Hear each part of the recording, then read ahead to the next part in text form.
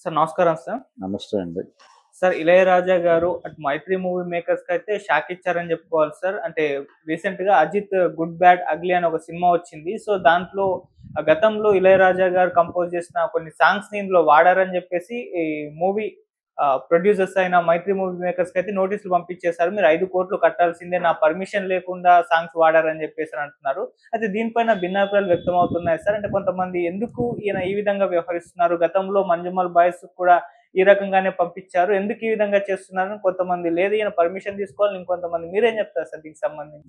Already మేము permission తీసుకున్నామని చెప్తున్నారు వాళ్ళు, హ్మ్. మైత్రి మూవీ మేకర్స్. అయితే ఎవరి దగ్గర నుంచి తీసుకున్నారు అనేది సమస్య ఇప్పుడు. ఓకే. అంటే కంటెంట్ ఎవరిది అనేది ఒక ఇష్యూ నడుస్తోంది చాలా కాలంగా. అంటే పాట ఎవరు రాయించుకుంటారు, ఎవరు చేయించుకుంటారు అంటే ప్రొడ్యూసర్ చేయించుకుంటాడు. హ్మ్.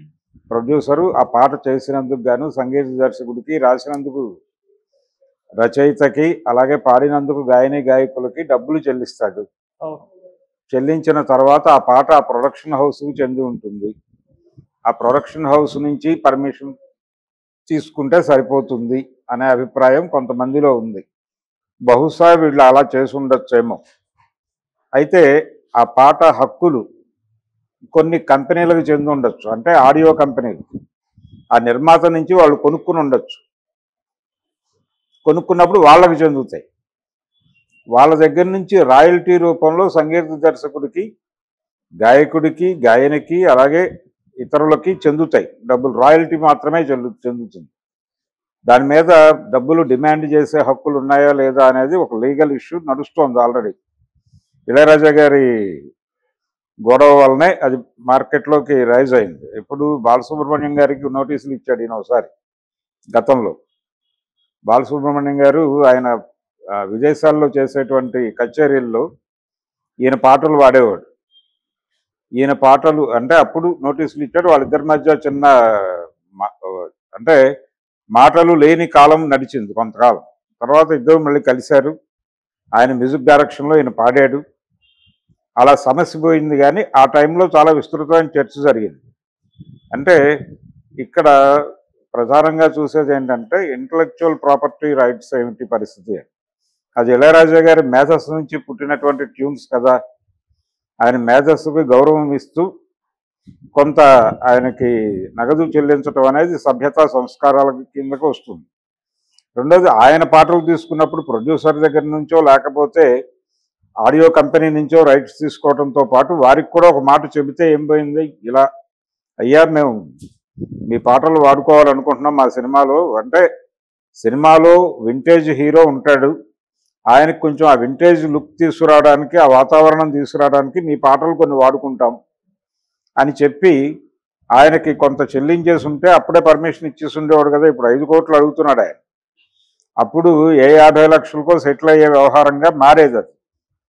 అందుకని తనని పట్టించుకోకుండా ఇగ్నోర్ చేసి ఓవర్ రైడ్ చేసి వెడుతున్నారు అనే అభిప్రాయం కలిగినప్పుడల్లా ఆయన ఒక తిరుగుబాటు బావుట ఎగరేయటం అనేది మామూలుగా జరుగుతోంది.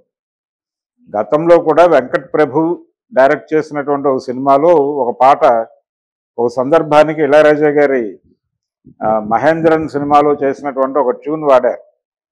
ముల్లం మర్మం అని రజనీకాంత్ నటించిన సినిమా అది. అందులో దాని తెలుగు వెర్షన్ కూడా ఉంది, ముల్లు పువ్వు అని తెలుగులో వచ్చింది ఆ సినిమా. అందులో రాముడు రాజైనా రావణుడు రాజైనా మన కథ మారదులే అని ఒక పాట ఉంటుంది. ఆ పాట వాడారు అజిత్తే ఒక సందర్భంలో సరదాగా పాడతాడు అది. అప్పుడు కూడా ఈయన రియాక్ట్ అయ్యాడు. అలాగే రియాక్ట్ అయ్యాడు. అయితే ఆ సినిమాకి వెంకట్ ప్రభు డైరెక్టర్ కావడం, వెంకట ప్రభు ఆయనకి కొడుకు వరస అవటం, దాంతో అది ఇష్యూ ముందుకు నడవలేదు, ఆగిపోయింది. ఇప్పుడు కూడా పరిస్థితి ఏంటంటే ఒకసారి వెళ్ళి కూల్గా ఆయనతో మాట్లాడి పరిస్థితి వివరించి, అయ్యా ముందే మీ దగ్గరికి రావాల్సింది, రాలేకపోయాం, మీరు అన్యథా అనుకోవద్దు, ఎంతో కొంత చెల్లించుకుంటామనే పద్ధతిలో చెప్పి కన్విన్స్ చేస్తే కన్విన్స్ అవుతాడు ఆయన. ఆయన గొడవ ఏంటంటే ఆయనతో ప్రాబ్లము ఇళయరాజాతో ఆయనకు సంబంధించినది ఏదైనా సరే వినియోగించాలి అనుకున్నప్పుడు వెళ్ళి వారిని కలిసి మాట్లాడాలి. లీగల్గా దీని రైట్స్ వాళ్ళకి చెందుతాయి కదా, ప్రొడ్యూసర్కి చెందుతాయి, లేకపోతే ఆడియో కంపెనీకి చెందుతాయి. ఇలాంటి తర్కంలోకి వెళ్లకుండా మూఢభక్తితో వెళ్ళి ఇళయరాజా గారి శరణు జొచ్చితే వారు కటాక్షించే అవకాశాలు ఉంటాయి. ఆయన ఆ ధోరణిలో ఉంటాడు. ఎవరైనా ఇంటర్వ్యూ అడిగినప్పుడు కూడా ఆయన అలాగే రియాక్ట్ అవుతాడు.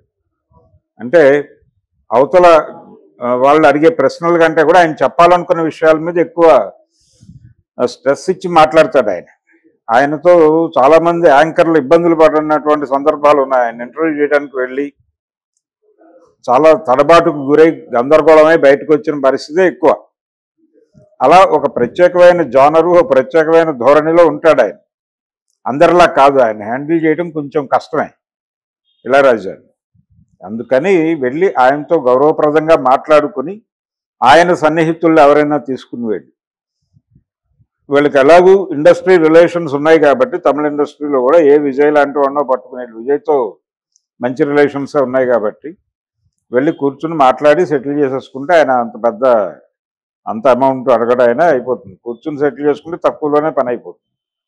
అలా ఏదో సెటిల్ చేసుకుంటారు. చాలా సినిమాల్లో ఈయన పాటలు పాడి ఇరుక్కున్న చరిత్ర ఉంది. అంటే ఈయన కేసులు వేస్తున్నాడు కానీ గతంలో మహాదేవన్ గారి పాటలు ఎన్ని వాడుకున్నారు ఎన్ని సినిమాల్లో, చక్రవర్తి గారి పాటలు ఎన్ని వాడుకున్నారు, వాళ్ళేం రియాక్ట్ కాలేదు కదా. పర్లేదులే మన గుర్తుపెట్టుకుని మన పాటలు వాడుకుంటున్నారు అని అనుకున్నారు తప్ప ఎప్పుడు ఇలా కేసులు పెట్టాలని అనుకోలేదు. కానీ ఇంటలెక్చువల్ ప్రాపర్టీ రైట్స్ వాటికి సంబంధించి ఇళయరాజా కొంచెం స్పెసిఫిక్గానే ఉంటున్నాడు. ఆ స్పెసిఫిక్గా ఉండటం అనేది అనేక సందర్భాల్లో కనిపిస్తుంది. ఈవెన్ ఆయన స్టేజ్ మీద పెర్ఫామ్ చేసేటప్పుడు కూడా ఆ ధోరణి కనిపిస్తుంది. ఆయన కొంచెం కమాండ్ చేస్తూనే ఉంటాడు అందరినీ. కొంచెం అంటే ఆ ధోరణి ఉంది ఆయనలో, అది కొంచెం ఇబ్బంది పెడుతుంది చాలా మందిని. అలా ఇప్పుడు వీళ్ళ వంతు వచ్చింది. వీళ్ళు ఎలా సెటిల్ చేసుకుని బయటపడతారనేది చూడాలి. Thank you so much. Thank you.